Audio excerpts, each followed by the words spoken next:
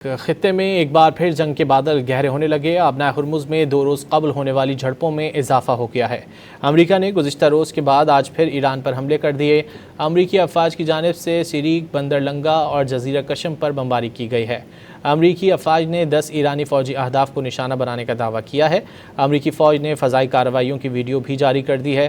امریکی central command نے کہا ہے کہ جنگی طیاروں نے پاناما کے آئل ٹینکر پر ڈرون حملے کے جواب میں آبنائے ہرمز میں اور اس کے قریب متعدد حملے کیے ہیں۔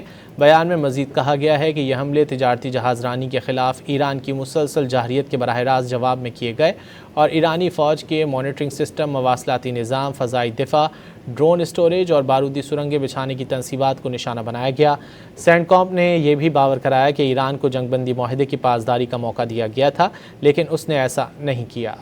خطے میں ایک بار پھر جنگ کے بادل گہرے ہونے لگے۔ آبنائے ہرمز میں 2 روز قبل ہونے والی جھڑپوں میں اضافہ ہو گیا ہے۔ امریکہ نے گزشتہ روز کے بعد آج پھر ایران پر حملے کر دیے۔ امریکی افواج کی جانب سے سیریک، بندر لنگا اور جزیرہ قشم پر بمباری کی گئی ہے۔ امریکی افواج نے 10 ایرانی فوجی اہداف کو نشانہ بنانے کا دعویٰ کیا ہے۔ امریکی فوج نے فضائی کارروائیوں کی ویڈیو بھی جاری کر دی ہے۔